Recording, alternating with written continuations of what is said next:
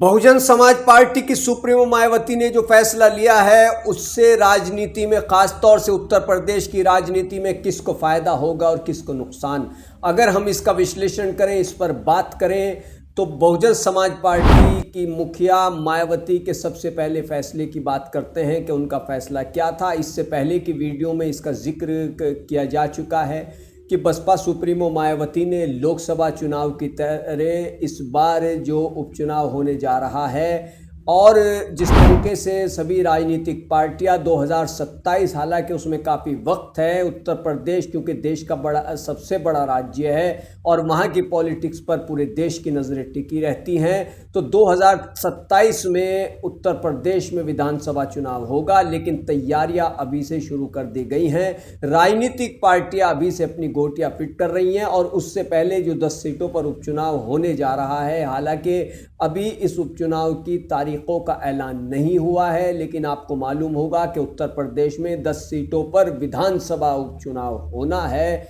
इसको लेकर इससे पहले बहुजन समाज पार्टी की मुखिया ने साफ कर दिया है कि हम किसी से, यानी समाजवादी पार्टी और कांग्रेस का उन्होंने स्पष्ट तौर पर नाम लिया और उन्होंने सोशल मीडिया प्लेटफॉर्म पर लिखा कि हम कभी भी समाजवादी पार्टी और कांग्रेस से कोई गठबंधन नहीं करेंगे। अब उनके इस फैसले को अगर गहराई से समझें और इसकी वजह तलाश की जाए और ये भी देखा जाए कि आखिर उनके इस फैसले से किसको सियासी तौर पर नुकसान होगा। बात करते हैं सबसे पहले समाजवादी पार्टी की। समाजवादी पार्टी का गठबंधन कांग्रेस के साथ है क्योंकि इंडिया गठबंधन में ये पार्टियां शामिल हैं। तो अगर बहुजन समाज पार्टी का गठबंधन इंडिया गठबंधन से नहीं होता है, कांग्रेस और समाजवादी पार्टी के साथ गठबंधन में बसपा नहीं आती है, जैसा कि बसपा सुप्रीमो ने लोकसभा चुनाव में किया, लेकिन लोकसभा चुनाव में उन्होंने गठबंधन ना करके बहुत बड़ा नुकसान किया।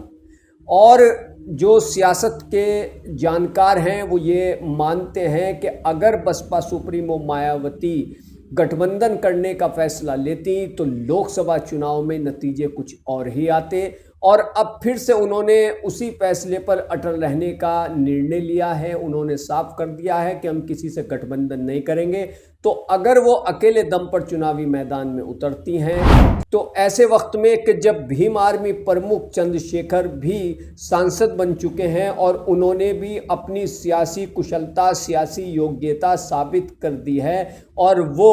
भारी मतों से चुनावी मैदान में लोकसभा चुनाव में कामयाब हुए थे और मौजूदा वक्त में वो सांसद हैं और वो उत्तर प्रदेश में अपनी पार्टी के प्रचार प्रसार में जुटे हुए हैं, तो ऐसे में बहुजन समाज पार्टी के सामने आकाश आनंद ने भी चुनौती खड़ी कर दी है। तो ऐसे में बहुजन समाज पार्टी की मुखिया मायावती का ये फैसला कि हम किसी से गठबंधन नहीं करेंगे, क्या बसपा के लिए नुकसानदायक साबित नहीं होगा? हालांकि ये सियासत है, यहाँ कुछ भी हो सकता है, लेकिन जिस तरीके की सियासी रणनीति दिखाई देती है, समाजवादी पार्टी और कांग्रेस को गठबंधन करना पड़ा और गठबंधन के तहत वो लोकसभा चुनाव में उतरे और लोकसभा चुनाव के नतीजे आपने देखे कि उत्तर प्रदेश में ये गठबंधन किस तरीके से मजबूत रहा। बहुजन समाज पार्टी ने अकेले दम पर लोकसभा चुनाव लड़ा, लेकिन बहुजन समाज पार्टी का कहीं पर खाता भी नहीं खुल सका। तो अगर ऐसे ही हालात इस उपचुनाव में रहते हैं जिसमें भारतीय जनता पार्टी से लेकर समाजवादी पार्टी, कांग्रेस पूरे जोशो खरोश से अपने उम्मीदवार उतारेगी, वहीं बहुजन समाज पार्टी अकेले दम पर चुनावी मैदान में उतरेगी। जहां तक भारतीय जनता पार्टी की बात है तो भारतीय जनता पार्टी कितनी मजबूत है ये किसी से छिपा नहीं है,